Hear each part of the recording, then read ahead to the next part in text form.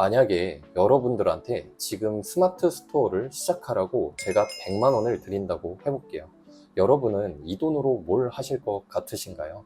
아마 상품을 사입하거나 중국에서 물건을 가져오거나 상세 페이지를 만들거나 광고를 돌려야 된다고 생각하실 겁니다. 근데 저는요, 이 100만 원이 있어도 처음에는 물건을 절대 안 삽니다.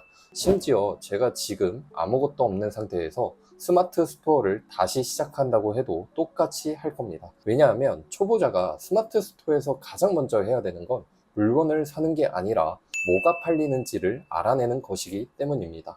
오늘은 왜 제가 이렇게 생각하는지, 그리고 실제로 제가 100만 원을 가지고 처음부터 다시 시작한다면 어떤 순서로 돈을 쓸지에 대해서 말씀드리도록 하겠습니다. 처음 시작하시는 분들이 이런 생각을 정말 많이 합니다. 괜찮은 제품만 찾으면 되지 않을까? 내가 봤을 때 이거 괜찮은 것 같은데? 이 제품 디자인도 예쁘고 리뷰도 좋으니까 팔리겠지. 그런데 쇼핑몰을 하면서 제가 가장 많이 틀렸던 생각이 바로 이겁니다. 내가 좋아 보이는 상품과 고객이 돈 주고 산 상품은 완전 다릅니다. 여러분들이 제품을 100만 원어치 사입했다고 볼게요.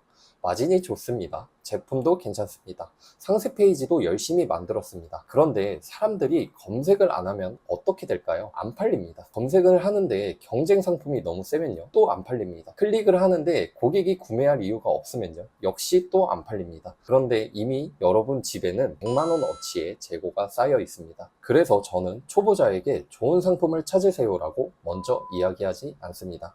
팔릴 가능성이 높은 상품을 찾는 방법부터 배우라고 이야기합니다. 그런데 여기서 중요한 게 한계가 있습니다. 100만 원을 날리는 게 제일 큰 문제가 아닙니다. 진짜 문제는 왜 안 팔렸는지를 모른다는 겁니다. 상품이 문제였는지, 키워드가 문제였는지, 대표 이미지가 문제였는지, 가격이 문제였는지, 광고가 문제였는지 초보자는 구분하기 굉장히 어렵습니다. 그래서 첫 번째 상품이 안 팔리면 제품이 별로였나 하면서 또 다른 제품을 사입합니다. 또 안 팔리면 다른 제품.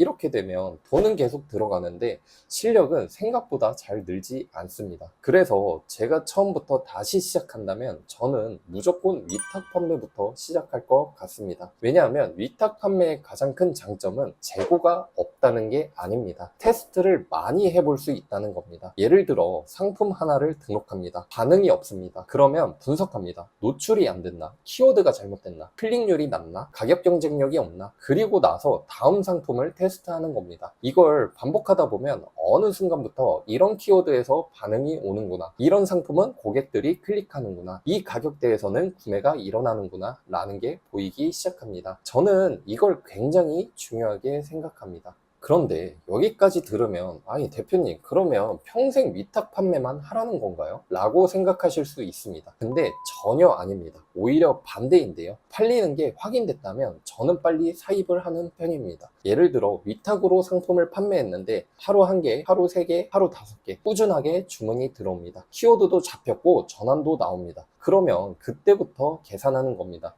이걸 직접 사입하면 원가를 얼마나 낮출 수 있지, 배송을 더 빠르게 할 수 있나, 패키징을 바꿀 수 있나, 구성을 바꿔서 객단가를 좀 올릴 수 있나, 그때 이 100만 원을 투자하는 겁니다.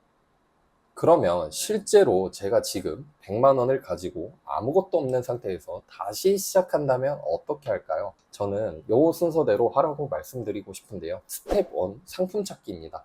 일단 최대한 돈을 쓰지 않고 상품과 키워드로 찾습니다. 자, 그리고 스텝 2는요, 위탁으로 테스트를 하는 건데요. 상품을 여러 개를 올려보는 겁니다. 한 상품에 모든 걸 걸지 않습니다. 10개, 30개, 50개씩으로 데이터를 확보해서 중요한 건 몇 개 올렸느냐가 아니라 어떤 상품에서 어떤 데이터가 나왔느냐입니다. 그 다음에 스텝 3인데요. 반응이 오는 상품에 집중을 하는 겁니다.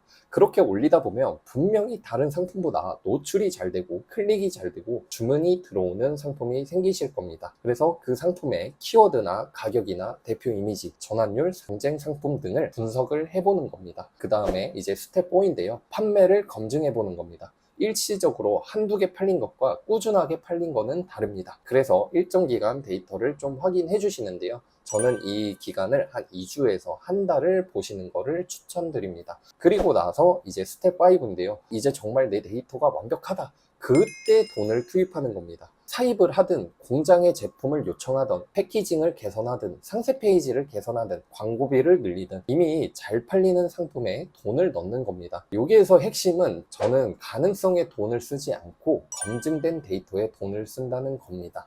처음부터 대량으로 사입을 한다던가 아니면 과도한 상세 페이지 제작, 처음부터 브랜딩을 한다던가 검증되지 않은 상품에 과도한 광고비 이런 거는 제가 초보라면 여기에 최대한 돈을 쓰지 않을 것 같습니다. 제 말은요, 이게 필요 없다는 이야기가 아닙니다. 순서가 다르다는 겁니다. 제가 스마트 스토어를 하면서 가장 중요하게 생각하는 게 있습니다. 바로 순서인데요. 처음부터 브랜드를 만드는 것도 좋고 사입을 하는 것도 좋고 공장에서 제품을 만드는 것도 좋습니다. 그런데 그 전에 이 상품을 사람들이 원하는가 이걸 확인해야 합니다. 그래서 제가 처음 하시는 분들에게 항상 말씀드리는 게 처음에는 리스크를 최대한 낮추고 여러 상품을 테스트하면서 상품을 보는 눈, 키워드를 보는 눈, 데이터를 보는 눈을 먼저 키우라는 겁니다. 그리고 그게 만들어지고 나면 사입은 훨씬 쉬워집니다. 내가 뭘 사야 하는지를 알고 있기 때문입니다. 사실 제가 수강생 분들을 알려드릴 때도 이 순서대로 진행하고 있습니다. 처음부터 돈을 써서 물건을 가져오라고 하지 않습니다. 위탁 판매로 시작해서 상품을 찾는 방법, 키워드를 찾는 방법, 상품을 등록했을 때 어떤 데이터를 봐야 하는지, 그리고 반응이 나온 상품을 어떻게 다음 단계로 가져가야 되는지까지 순서대로 진행을 합니다. 제가 생각했을 때 초보자에게 가장 필요한 건 대박 상품 하나를 알려주는 것이 아니라 다음 상품도 스스로 찾아낼 수 있는 기준을 만들어주는 것이라고 생각합니다. 자, 그래서 오늘 내용을 한마디로 정리하면 100만 원이 있다고 해서 100만 원을 다 쓸 필요는 없습니다. 오히려 초보일수록 돈보다 데이터를 먼저 쌓으셔야 되는데요. 그리고 팔리는 상품을 찾았다면 그때는 과감하게 투자하세요. 위탁으로 검증하고 사입으로 키우는 것. 제가 지금 처음부터 스마트 스토어를 한다고 해도 저는 똑같이 할 겁니다. 지금 스마트 스토어를 하고 계신 분들은 현재 위탁 판매를 하고 계신지 사입을 하고 계신지 그리고 가장 어려운 게 뭔지 댓글에 한번 남겨주세요. 댓글을 보고 다음 영상에서 실제로 대표님들이 많이 어려워하시는 부분을 제가 한번 다뤄보도록 하겠습니다. 자, 그래서 제가 정말 지금 아무것도 없이 처음으로 돌아간다면, 그리고 만약에 저한테 100만 원이 주어진다면 어떤 식으로 제가 이 사업을 다시 시작할 건지에 대해서 말씀드렸는데요. 오늘 제 영상이 좀 도움이 되셨다면 구독이랑 좋아요를 좀 부탁드리겠습니다. 정말 이 힘으로 제가 더 좋은 영상을 만들고 있거든요. 그리고 구독이랑 좋아요 하시면 어쨌든 저와 함께 하게 된 거잖아요. 저를 구독해 주시고 좋아하시는 분들을 위해서 정말 열심히 노력해서 끝까지 책임지고 좋은 영상으로 보답하도록 하겠습니다. 그래서 오늘 영상은 여기서 좀 마무리하도록 하겠고요. 다음 영상에는 더욱 좋은 영상으로 찾아뵙도록 하겠습니다. 감사합니다.